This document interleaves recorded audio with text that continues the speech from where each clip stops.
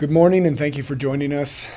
Today we are joined by our elected delegation consisting of Board of County Commissioners Chair Heather Buck, Mayor Lumbert from Springfield, and Mayor Vinnis from Eugene, who are going to give us an update about the overall work that's going on to address the COVID-19 situation.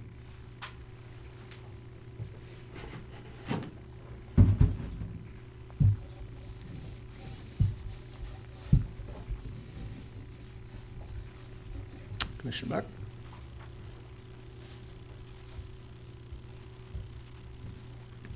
Good morning, everybody.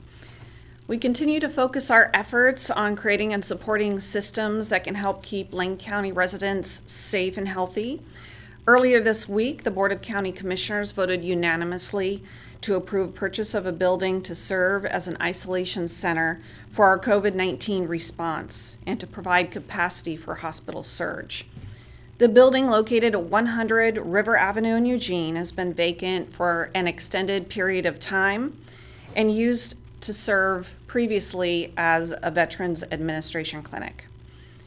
As a large 18,000 square foot building with many individual rooms, it's uniquely positioned to help us provide safe space for people who lack other options to isolate themselves. We'll be welcoming our partners from the United States Army Corps of Engineers on Monday to do a thorough inspection of the building. The Army Corps will identify if there are any changes we may need to make to the building in order to receive final approval from FEMA to operate what is called non-congregate medical sheltering location. We hope to be able to move quickly to enact any required changes and to begin safe isolation space when needed. The building will have space for two primary categories of people.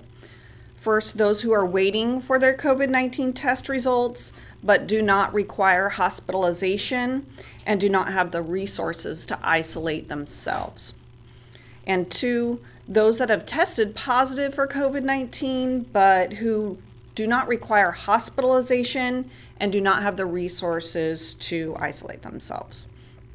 We'll also be able to provide food and laundry services on site, further increasing our ability to serve people at that particular location. The length of stay for each person will depend upon their individual medical needs. For example, if somebody's waiting for test results and they may need to find out if they have COVID-19 or not. If they don't, they can leave. Someone who has tested positive for COVID-19 would stay until they had been symptom-free for at least 72 hours and without the aid of any additional medication. It's especially important to have this building as a resource because it will free up our hospital beds for those that are most critical patients in need of care. If we have a safe space to discharge patients to isolate themselves. While efforts like this one are a critical part of our response, each of you also has a role to play, and Mayor Vinnis is here to speak more about that role.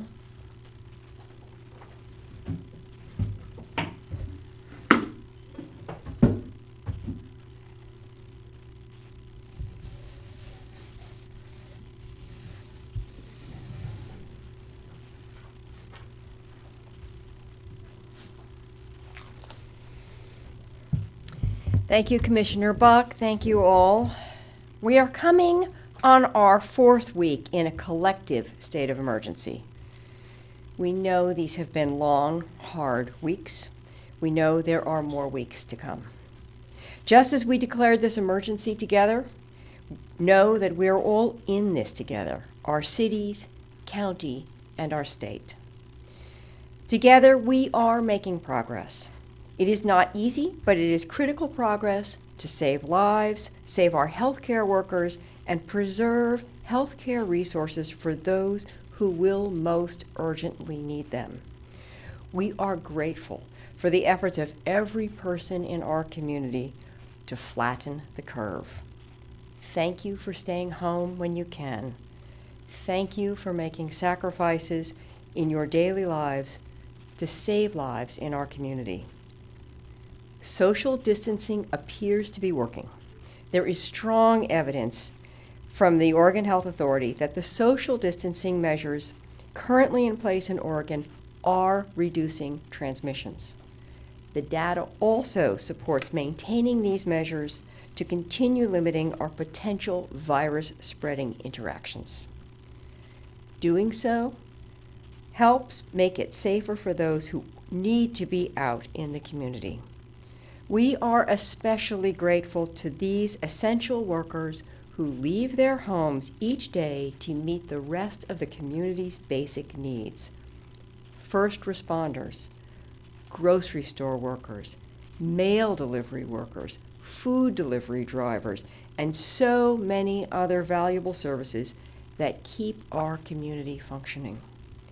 It is critical that we take care of ourselves and our neighbors, especially our mental and emotional health, during these trying times. The city continues to update its website with the latest information and resources. We've added a community well-being section to our COVID-19 webpage. You can find information on mental health support, helpful articles, and ideas for physical distancing fun.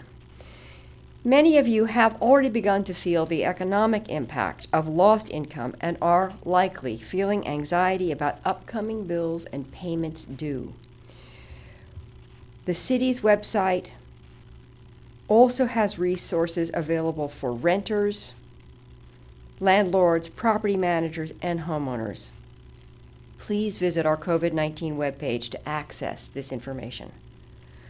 We want to remind renters that the governor has issued a moratorium on home evictions for non-payment of rent, regardless of immigration or other status. And we are glad to say that Governor Brown has implemented a 3-month moratorium on commercial evictions as well. Again, I'd like to say, we hear you. This is a difficult time for everyone, and we are working to provide the most up-to-date information and to support the community every day. This will be a long, hard fight. We don't know exactly when it will get better, but we know it will get better. And it will get better because of everything we are doing now together. Thank you for all you are doing to help us all. And now I will turn the podium over to my colleague, Mayor Lundberg, after I clean it up.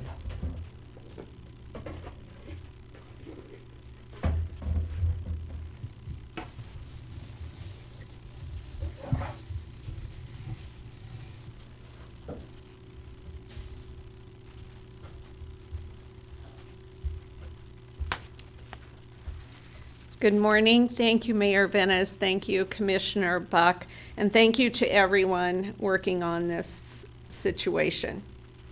As we continue to locally do our part to flatten the curve, we need to plan for the crisis to last longer than any of us would like. Please keep doing the right thing and stay home to save lives. Think through your family's longer-term supply needs, but please, please do not stockpile resources or supplies. Our supply chain remains intact. It's not necessary to make bulk purchases out of fear of scarcity. For many, meeting basic needs is a concern. In Springfield, we continue to work on ways to support those in need, including our unhoused community members. The City of Springfield has gathered items, including hygiene supplies and tents, for those who are unhoused. We are also in the process of developing options for any guests who are not able to stay at the Memorial Building. Additionally, Food for Lane County's mobile pantry program is expanding in the Springfield community, offering a drive-up pantry option. In partnership with Willamette Lane, the mobile pantry will provide food for families and individuals at the Bob Kiefer Center for Sports Complex parking lot from 4:30 to 6:30 on Thursdays. The mobile pantry provides free food for low-income community members while ensuring social distancing measures are in place. There are many needs in our community right now. Let's keep finding ways to support one another through this time. Thank you. And now I will turn it back over to Jason, and I will do my part and clean the podium again.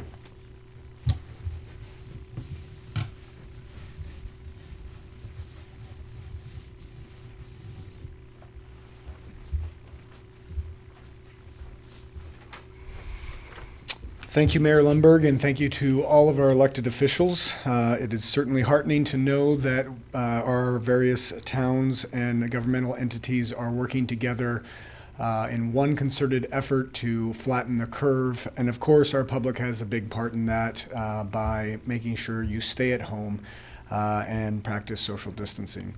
I'd like to start off with a case update. So right now, as of 9:30 this morning, Lane County has 24 positive cases, that being 3 more than yesterday. We have 784 tests from Lane County that we know about, again, with the caveat that that number is likely much higher.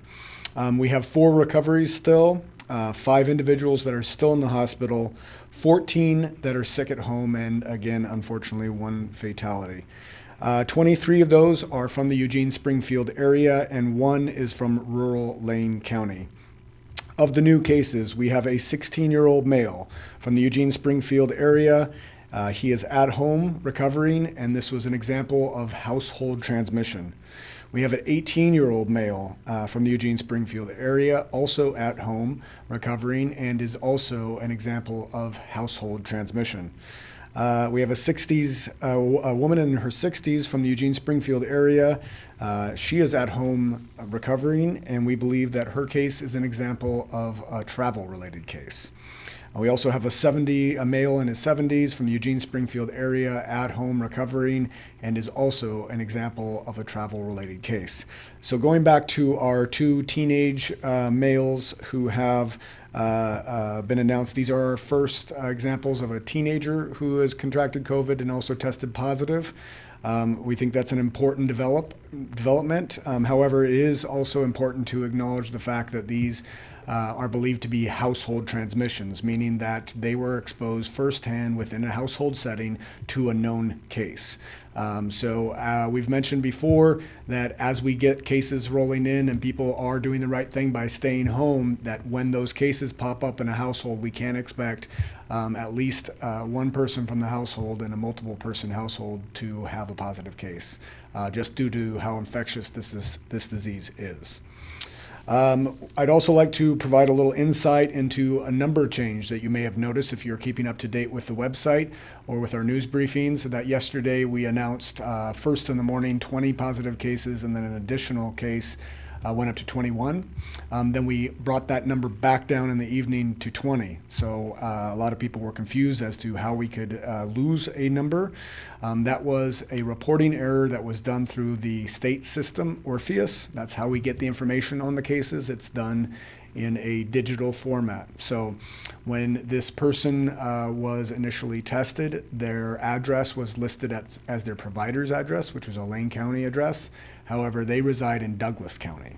And so that is important for folks to know that there was a data reporting error within the Orpheus, and so we've corrected that in our contact investigations, and now that is attributed to Douglas County. But then, of course, we quickly got a few more cases. As far as updates in recommendations, there has been a new announcement around prioritizing testing for congregate settings. Now that we have private testing starting to absorb quite a few numbers in terms of their testing capacity, we're able to free up some of the state public health lab capacity, and the way in which we have sort of channeled some of those tests is into those congregate settings. So things like assisted living facilities, skilled nursing facilities, residential facilities, and jails are being prioritized, so that given the nature that those individuals living in there could easily transmit a disease and it could move around the facility quickly. It is of our best interest to know about that as soon as possible and get those individuals tested through the state public health lab. Also, there's been a lot of talk around CDC Mask Guidance and what that guidance is expected, or how that guidance is expected to change to a mass guidance around wearing masks in public. We are waiting, Lane County Public Health is waiting for that CDC guidance. And so we will not be making any guidance as a local public health entity, but really lean on our partners at the Centers for Disease Control to make that designation and guidance known. At this time, I will also show the latest on our graph for testing. You can see we've shown this graph before. I think the last time we showed it, we were right around in here, just beginning our steep testing curve. So where we're at right now is up here. We've seen some really high numbers in testing start to happen in here. And then plateaued off for a few days. This was just due to reporting, and now we are back on an upward trajectory. So that is good news. What those curves mean is that we are getting more and more tests processed from Lane County, and again, going back to those high 700s, likely in the low 800s, we can expect to see that rise. We have looked at a few other counties within Oregon and Washington State, and we are on par in terms of the number of tests given our population here, and even above the average in some cases. And in terms of our positive rate, right now we're around 2.9 to 3.2 positive rate per number of tests, and that's also on par. So we're seeing a commonality between counties in Oregon and then even in regional partners. This time I will take any questions from members of the media. We have a couple of questions from Kelsey at KMTR. How is the PPE supply in Lane County? How is the so the question from Kelsey at KMTR is, how is the PPE supply in Lane County? So currently we do not have shortages of PPE. We have a good stockpile both at the state level and the local level, and we've been able to meet the needs of the orders that have come in. However, in anticipation of our surge, I think it's really important for folks to know that we haven't hit our surge. We're still, hovering in those low 20s in terms of numbers of positive cases. So looking forward to that, we have implemented rationing and really trying to make sure that we are good stewards of the PPE available. The FDA's guidelines around reusage of PPE has changed, especially around the piece on how you can reuse an N95 mask. It's a two-step process. It begins with visually inspecting the mask for any damage, and then moving on to an aerosolized hydrogen peroxide cleaning process. So that will allow an N95 to be used multiple times. Currently, I do not believe that we are actively doing that, due to the fact that there aren't shortages. Are healthcare workers reusing supplies that are meant for one use only? The question again from Kelsey, are healthcare workers reusing supplies that are meant for one usage only? So if that is happening under the guidance from an individual healthcare facility or entity. That is not the county's guidance, nor is it the CDC's guidance per the number of cases that we have or the hospital utilization that we are seeing right now. But we certainly acknowledge that it could be happening on a one-off instance in various healthcare settings. Brian at KZI has a question. There are at least 2 Lane County residents traveling home from the Holland America cruise ship. This couple is not sick themselves. They self-quarantine when they arrive at home, or are they required to self-quarantine? So Brian from KZI's question is, he is aware of a couple people from a Holland America cruise line ship that are coming home to Lane County. I don't have details on those individuals right now, Brian. If they are an exposure to a known case, they would need to go ahead and quarantine for 14 days per CDC guidelines. And I'm sure that our CDC staff have been in contact with those individuals, but I don't have that information in front of me. Rachel at KLCC has been notified that a lab at OSU is producing the chemical needed for CV tests for Good Samaritan. Would this be helpful for Lane County testing? So the question from Rachel McDonald at KLCC is, she is aware of Oregon State University's lab producing reagent chemicals for use at various labs, and would that be helpful for Lane County testing? Certainly, any amount of reagent chemical that could be publicly used or open sourced would be helpful. It's just a matter of making sure that we are equitably distributing that through the various needs here in Oregon. Certainly, the metro area, Washington County, are seeing a different need than Lane County right now, and we're trying to be good partners and making sure that the needs across Oregon are really being met. So I'm sure those conversations are happening, and I know that we are moving along in our testing capacity. And also, I think it's important to acknowledge that our regional labs have really stepped up, including our state public health lab, and we're starting to see these numbers be commensurate at what potentially we should have been doing from the start in terms of testing numbers. And so we're getting into a good rhythm where we'll be able to start tracking at the level that will be helpful for public health. And that's all we have. Thank you for joining us.